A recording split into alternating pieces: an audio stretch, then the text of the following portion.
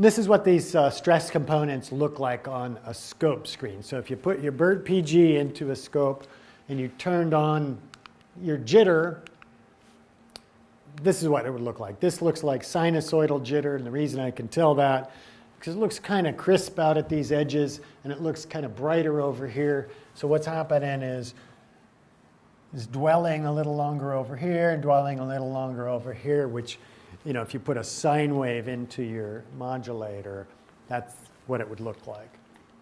So that gives you horizontal eye closure.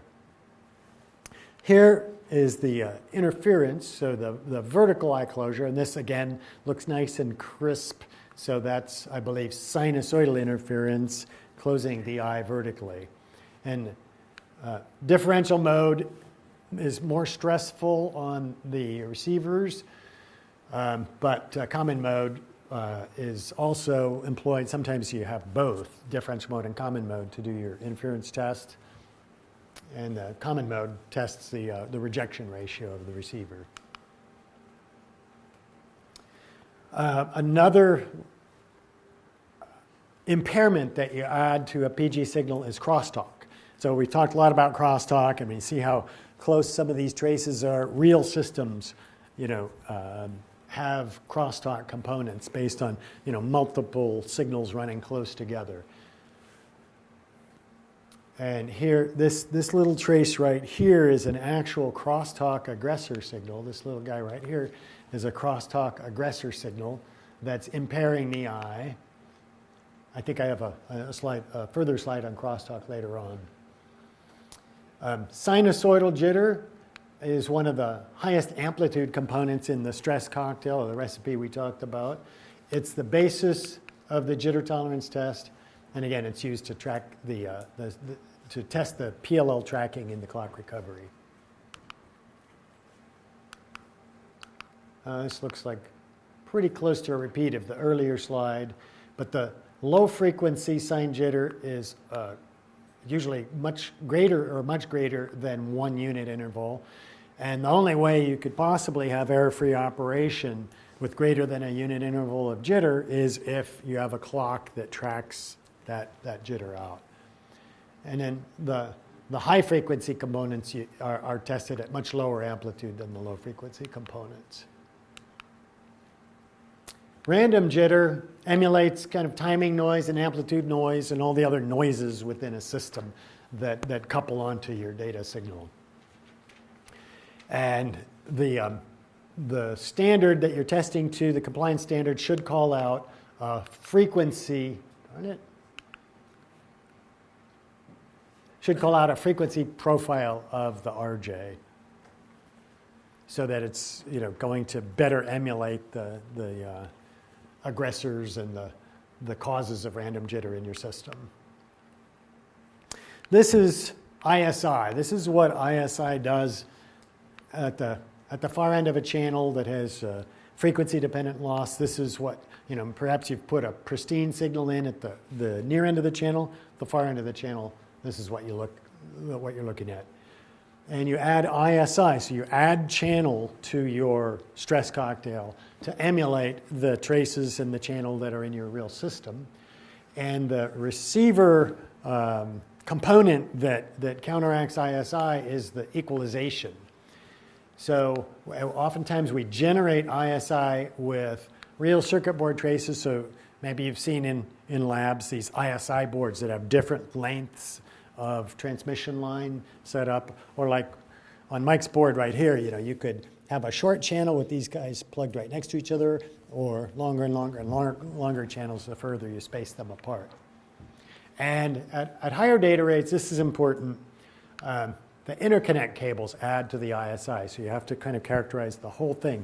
You know, your store-bought channels, you know, that you know the S parameters of, plus the interconnect cables that you hook them up with.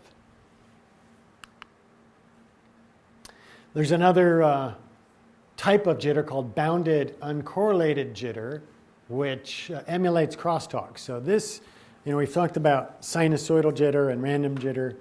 Bounded uncorrelated jitter emulates crosstalk, and what it is, it's actual digital modulation, like a PRBS signal that's modulating the position of the transitions, but it's bounded, so it's kind of low-pass filtered. So you don't put bounded uncorrelated jitter at the exact same rate of the data. That would be too stressful, but it's low-pass filtered.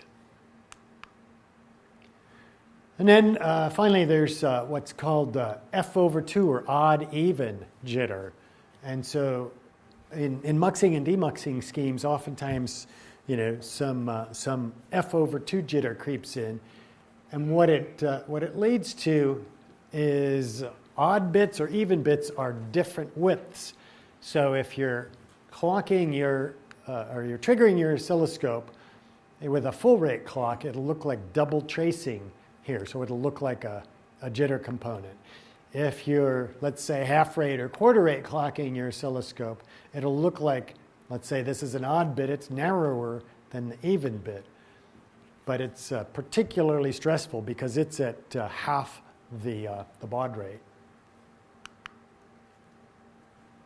The vertical impairments, they emulate noise coupled into the channel. Again, they can be injected differential mode or common mode.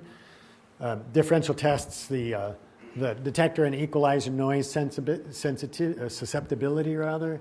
And common mode tests the common mode rejection ratio. And then you can also use real aggressor traffic. So here we have what's called the victim lane. That's really the lane under test with your BERT. You put your PG on this lane, and you put your error detector at the output of this transmitter. And so that's called the victim lane. And these lanes are all trying or adding their impairments to the victim lane to see if, let's say you have a 4-lane parallel system, is it really going to operate, with all these lanes operating at full rate? So aggressor signals have rise times set to the minimum allowed, because that's the worst case for coupling and impairing the victim channel. They need to be clocked at the same data rate, so they can't be some low frequency signal. They have to be clocked at the same data rate, but they're not to be phase aligned. So either you use an asynchronous generator, so like you could use an AWG in concert with a BERT and just put them both at the same rate, let's say 25 gigabit per second, but they have different synthesizers, so they're going to drift versus each other.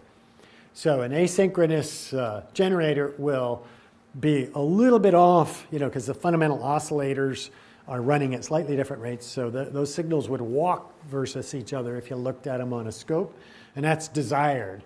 Or what you can also do, I think he says it later on, is you could jitter one, if you had the same synthesizer, you could jitter one differently so that the transitions would walk versus each other even though they were the same fundamental frequency. So he has some automation here. I'm going to try and go slow enough so you see what the point is. So if this is the aggressor signal and some delay later, that introduces this little blurb over here. And if these guys were phase aligned and never moved versus each other, you'd always be making these good bit decisions because the impairment was over there. But what he's showing here is if they bit slip or they slip in phase, the impairment seen on the victim lane is going to move, and you'll see bit errors as it goes through the decision point. So that's why you would want to have these, be out of phase with each other.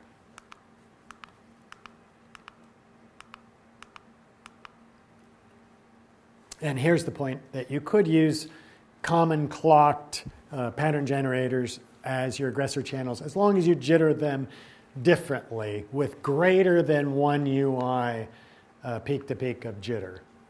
And you should do it kind of slowly so you're sure that you're going to dwell here for some amount of time.